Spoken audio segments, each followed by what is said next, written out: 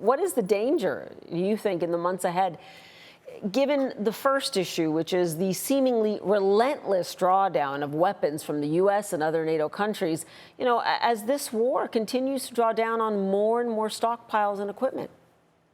Yeah, Paula, that's one of the big issues that's confronting the entire Western alliance because the defense industrial base, as it's known, of all these countries, the NATO countries in Europe, as well as the United States and Canada, it's really not built for this kind of a war.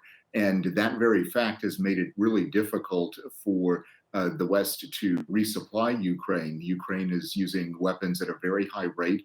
It's using ammunition, of course, as part of this. And then the other thing that we're confronted with is the barrels of the various artillery pieces are overheating because of overuse. So that's a major issue for the Ukrainians and for the West, especially if the West wants to continue to help the Ukrainians and help the Ukrainians stop the Russians.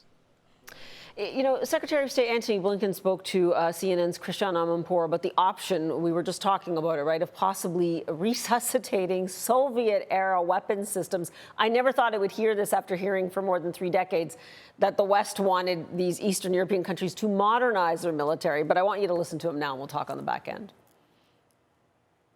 We're looking at every option to make sure that, they get what they need and what can be most effective for them. Some of that does go to Soviet-era systems that they've had in their inventory for decades, and, for example, making sure that the ammunition is there for those systems. So, Colonel, does this strike you as a good strategic option or more of a sign of desperation? There has been a study, the most recent from the Center for Strategic and International Studies, and found that it would take years to replenish these stocks, given that, as you say, the industrial military complex is designed for peace. I mean, does it strike you as desperate or a creative idea? Well, it's somewhat creative in the sense that the Ukrainians, of course, have had Soviet-era weapon systems ever since they gained or regained their independence in 1991.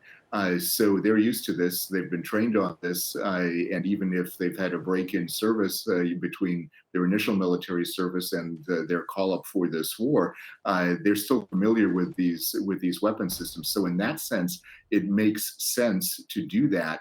But on the other hand, these systems are old. They are not as effective as their Western counterparts, especially the modern Western counterparts. And the Ukrainians would be better served if they could receive the Western systems and they could be trained on them. So that's a big but that is one of the key things that would need to happen in this case. So I think that it requires a lot of creative solutions, using old Soviet equipment, but also ramping up the training for modern Western equipment to be used by the Ukrainians themselves. Right. I see like a 2-track approach that you're talking about. I'm going to lean on your expertise here because we all remember at the start of this war that Ukraine asked for that no-fly zone that they didn't get. Now, you say it's now highly likely that these new air defense systems that they get could potentially have a truly integrated air and missile defense system in place for Ukraine. Do you think, though, that it will come soon enough, given everything you've seen on the battlefield? Yeah, that's my biggest concern, Paula, actually, that they won't come soon enough. So this requires not only the logistical piece to move forward, but also the training piece to move forward.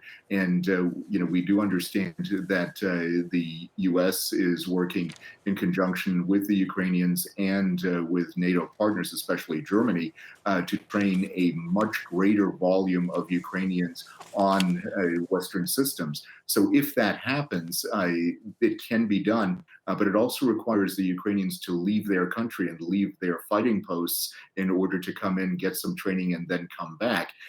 So it's a bit of a tough haul, and it's certainly very concerning. And basically, the clock is running out in multiple directions, and that's going to be a really big problem for the West, for the Ukrainians, and really for the world.